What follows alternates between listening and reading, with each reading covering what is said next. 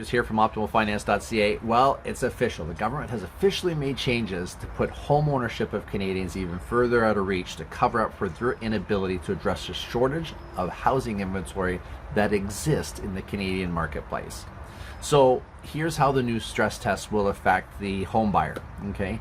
In the government's original proposal, they were going to apply the stress test change to mortgages that were conventional. So basically meaning mortgages that had a 20% down payment or more. But in the sudden switch decided, why don't we just apply this to all home buyers regardless of the size of the down payment?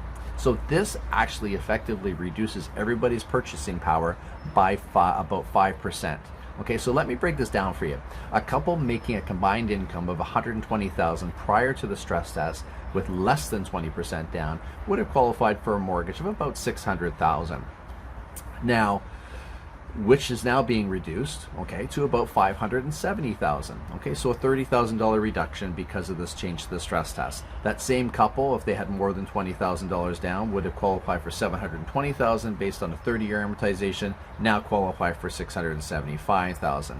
So why were these changes necessary? Well, they weren't. Okay, so the changes will essentially create that smokescreen so politicians and bureaucrats can look like they're doing something.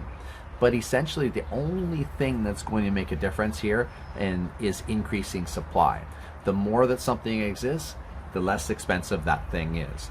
But try as you might, regulators, they have not been able to restrict demand for housing. Well, because as it turns out, Canadians can still continue to have children. We continue to welcome much needed and economically vital immigration into our country.